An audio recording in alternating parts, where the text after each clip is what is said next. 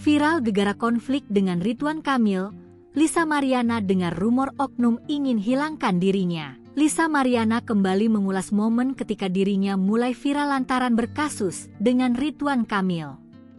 Dari desas-desus yang didengar mantan model majalah dewasa itu, Lisa Mariana akan dihilangkan dengan pembunuh bayaran. Meskipun demikian, Lisa Mariana enggan menyebutkan oknum yang diduga sempat ingin menghilangkan dirinya.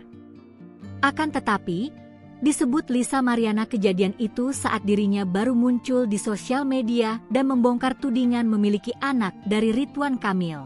Akan tetapi, Lisa Mariana kini bisa berbicara santai. Bahkan, ibu dua anak itu justru menimpali dengan gurauan terkait rumor Lisa Mariana akan dihilangkan dengan pembunuh bayaran. Sayangnya terkait ucapan tersebut, Lisa Mariana tak memiliki bukti otentik.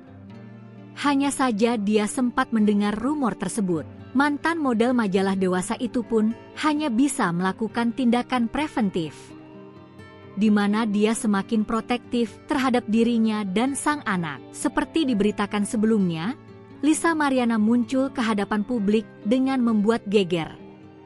Lisa Mariana mengaku sempat memiliki hubungan asmara dengan Ridwan Kamil hingga melahirkan anak perempuan. Anak perempuan Lisa Mariana yang kini berusia 3 tahun itu awalnya mendapat nafkah dari pihak Ridwan Kamil. Akan tetapi, pada akhirnya Ridwan Kamil tak lagi menafkahi anak Lisa Mariana hingga sang mantan model muncul ke hadapan publik. Lisa Mariana mengaku melakukan hubungan dengan Ridwan Kamil di salah satu hotel di Palembang. Menurutnya dalam pertemuan selama 3 hari itu mengakibatkan dirinya hamil. Di tengah Lisa Mariana yang mengaku memiliki anak dari hasil hubungan dengan Ridwan Kamil, muncul seorang pria bernama Revelino Tuase.